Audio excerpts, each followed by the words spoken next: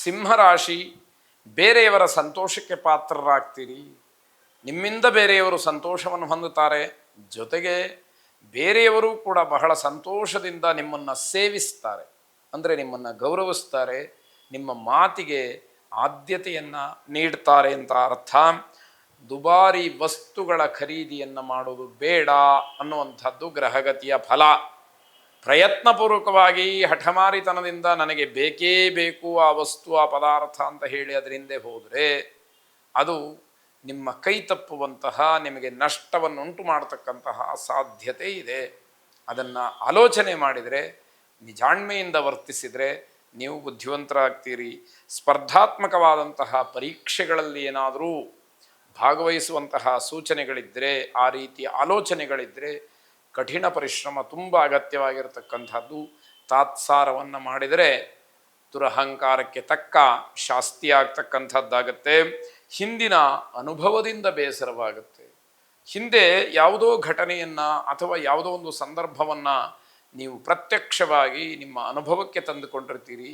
ಅದು ಮತ್ತೆ ಮರುಕಳಿಸಿ ಅಥವಾ ಜ್ಞಾಪಕಕ್ಕೆ ಬಂದು ನಿಮಗೆ ಬೇಸರವನ್ನು ಉಂಟು ಮಾಡ್ತಕ್ಕಂಥದ್ದು. ಹಿರಿಯರ ಮಾತಿಗೆ ಬೆಲೆ ಇರಲಿ, ಅದಕ್ಕೆ ಅನುಕೂಲ ಇದೆ. ಆದ್ದರಿಂದ ದೊಡ್ಡವರ ಮಾತನ್ನು ಅಗತ್ಯವಾಗಿ ಗೌರವಿಸಬೇಕಾದಂಥದ್ದು ಮುಖ್ಯ. ವ್ಯಾವಹಾರಿಕವಾಗಿ ಲಾಭ ಇರುತ್ತೆ, ಸ್ವಾಭಾವಿಕವಾಗಿ ಸಂತೋಷವಾಗುತ್ತೆ. ಮಾತಾಪಿತೃಗಳ ಆಶೀರ್ವಾದವನ್ನು ಪಡ್ಕೊಳ್ಳಿ, ಶುಭವಾಗಿ. ಕನ್ಯಾ ರಾಶಿ, ಒಂದೇ ಕೆಲಸಕ್ಕೆ ಹಲವಾರು ಬಾರಿ ಪ್ರಯತ್ನವನ್ನು ಮಾಡಬೇಕಾಗತ್ತೆ. ಯಾವ ಕೆಲಸವೂ ಕೂಡ ಅಷ್ಟು ಸುಲಭ ಸಾಧ್ಯವಾಗಿ ಆಗತ್ತೆ ಅನ್ನುವಂಥದ್ದು ಕಠಿಣ. ಬುದ್ಧಿವಂತಿಕೆ ಉಪಯೋಗಕ್ಕೆ ಬರದೇ ಇರತಕ್ಕಂತಹ ಸ್ಥಿತಿ. ಏನೋ ಒಂದಷ್ಟು ಪ್ರತಿಭೆ ಇದೆ, ಬುದ್ಧಿವಂತಿಕೆ ಇದೆ, ಜಾಣ್ಮೆ ಇದೆ ಅಂತ ನೀವು ಅಂದುಕೊಂಡಿದ್ದರೆ ಅದು ಯಾವುದೂ ಕೂಡ ಕೆಲಸಕ್ಕೆ ಬರುವುದಿಲ್ಲ. ಪ್ರಯೋಜನ ಏನು? ಹಾಗಾದರೆ ಯಾವ ಪ್ರಯೋಜನವೂ ಕೂಡ ಇಲ್ಲದೇ ಇರತಕ್ಕಂಥದ್ದು. ಪತಿಪತ್ನಿಯರ ಜಗಳ, ಕಲಹ ಹಿನ್ನಡೆಗೆ ದಾರಿಯಾಗತ್ತೆ. ನಿಮಗೆ ಯಾಕೆ ಎಲ್ಲ ವಿಷಯದಲ್ಲೂ ಹಿನ್ನಡೆ ಆಗುತ್ತೆ ಅಂತಂದರೆ, ಗಂಡ ಹೆಂಡತಿಯರಲ್ಲಿ ಪರಸ್ಪರವಾದಂತಹ ಹೊಂದಾಣಿಕೆ ಇಲ್ಲ.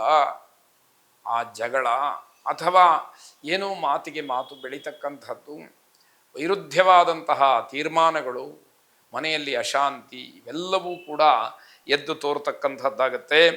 ಮದುವೆ ವಿಚಾರದಲ್ಲಿ ಭಿನ್ನಾಭಿಪ್ರಾಯ, ಅದನ್ನು ಮುಂದೂಡಿಬಿಡ್ತೀರಿ. ಮಂಗಳ ಕಾರ್ಯ ಮನೆಯಲ್ಲಿ ನಡಿಬೇಕು ಅಂತಕ್ಕಂಥದ್ದು ಇದೆ, ಆದರೆ ನಿಮ್ಮಲ್ಲಿ ಭಿನ್ನಾಭಿಪ್ರಾಯ ಇದ್ದರೆ ಅದನ್ನು ಸರಿಪಡಿಸ್ತಕ್ಕಂಥವ್ರು ಯಾರು? ಹಾಗಾಗಿ ಆ ಭಿನ್ನಾಭಿಪ್ರಾಯದಿಂದಲೇ ಆ ಕೆಲಸ ಮುಂದಕ್ಕೆ ಹೋಗುತ್ತೆ. ಮನೆಯಲ್ಲಿ ಪ್ರೋತ್ಸಾಹದ ಕೊರತೆ, ಎಷ್ಟೇ ಏನೇ ಮಾಡಿದರೂ ಕೂಡ ಮನೆಯವರು ಸಹಕರಿಸೋದಿಲ್ಲ, ಬೆಂಬಲ ಇಲ್ಲ, ಅವರು ಪ್ರೋತ್ಸಾಹ ನೀಡೋದಿಲ್ಲ. ಆ ರೀತಿ ಪ್ರೋತ್ಸಾಹ ಇಲ್ಲದೆ ಇರತಕ್ಕಂತಹ ಕೆಲಸ ಮತ್ತೆ ಮತ್ತೆ ಮಾಡಲಿಕ್ಕೆ ಮನಸ್ಸನ್ನು ಕೊಡದೇ ಇರತಕ್ಕಂಥದ್ದಾಗತ್ತೆ. ವಿದ್ಯಾರ್ಥಿಗಳು ಮನೆಯಿಂದ ದೂರ ಇದ್ದರೂ ಕೂಡ ಅನಗತ್ಯವಾಗಿ ವಾಗ್ಯುದ್ಧ ನಡೆಯುತ್ತೆ, ಮಾತಿಗೆ ಮಾತು ಬೆಳೀತಕ್ಕಂತಹದ್ದು. ಇದರಿಂದ ಮನಸೋಲ್ತಕ್ಕಂತಹದ್ದಾಗತ್ತೆ. ಲಕ್ಷ್ಮೀನಾರಾಯಣರನ್ನ ಪ್ರಾರ್ಥನೆ ಮಾಡಿ, ಶುಭವಾಗಿ. ತುಲಾರಾಶಿ, ಹೊಸ ಹೊಸ ಕೆಲಸಗಳಲ್ಲಿ ಯಶಸ್ಸನ್ನು ಕಾಣತಕ್ಕಂತಹ ಯೋಗ ಇದೆ. ಅಂತಹ ಯೋಗ ನಿಮಗೆ ಸದಾ ಕಾಲ ಇದ್ದರೆ ನಿಮ್ಮಂತಹ ಆತ್ಮತೃಪ್ತರು ಮತ್ತೊಬ್ಬರಿಲ್ಲ. ಅದು ಇರಬೇಕಾದ್ರೆ ತಾಳ್ಮೆಯಿಂದ ವರ್ತಿಸಬೇಕಾದಂಥದ್ದು ಮುಖ್ಯವಾಗತ್ತೆ. ವೃತ್ತಿಯಿಂದ ಉತ್ತಮವಾದಂತಹ ಆದಾಯ ಇದೆ. ಅಂತಹ ವೃತ್ತಿಯನ್ನು ನೀವು ಬಹಳ ಗೌರವಿಸಿ ಅದನ್ನು ಒಪ್ಪಿಕೊಂಡಿರತಕ್ಕಂಥದ್ದು ನಿಜವಾಗಲೂ ಹೆಗ್ಗಳಿಕೆಯ ಮಾತು. ಉನ್ನತ ಅಧಿಕಾರಿಗಳ ಸಹಾಯ ನಿಮಗೆ ಸಿಕ್ಕುವಂಥದ್ದಾಗತ್ತೆ. ಅವರ ಜೊತೆಯಲ್ಲಿ ಉತ್ತಮವಾದಂತಹ ಒಡನಾಟವನ್ನು ಇಟ್ಟುಕೊಳ್ಳಿ. ರಾಜಕಾರಣಿಗಳ ಭೇಟಿಯಾಗತ್ತೆ, ಮಾತುಕತೆಯನ್ನು ನಡೆಸ್ತೀರಿ, ಅದಕ್ಕೆ ಅವಕಾಶ ಇದೆ.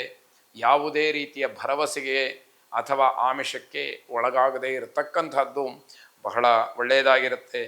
ಪ್ರೇಮಿಗಳಿಗೆ ಶುಭ ಇರತಕ್ಕಂತಹ ದಿವಸ. ನಿಮ್ಮ ಪ್ರೇಮ ನಿವೇದನೆಯನ್ನು ಉತ್ತಮವಾಗಿ ಸಮಾಜದ ಒಂದು ನಿರ್ದಿಷ್ಟವಾದ ಚೌಕಟ್ಟಿನೊಳಗೆ ಮಾಡ್ತಕ್ಕಂಥದ್ದು ಒಳ್ಳೆಯದಾಗಿರುತ್ತೆ.